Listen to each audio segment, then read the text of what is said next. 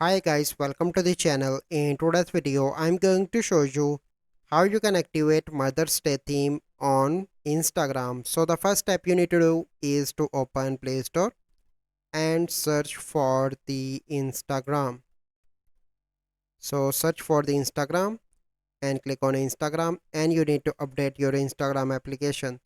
Once you done that, you need to go back and you need to open your Instagram and log in into your account. So once you done that, click on messenger icon on the top right. From here you need to select any conversation with any of your friends. So I'm going to select this one. Click on the person name on the top. From here you need to click on theme and select Mother's Day. Wait for few seconds. Now you need to go back, and here you can see that Mother's Day theme is activated for this conversation. So this is the process. I hope you find this video helpful.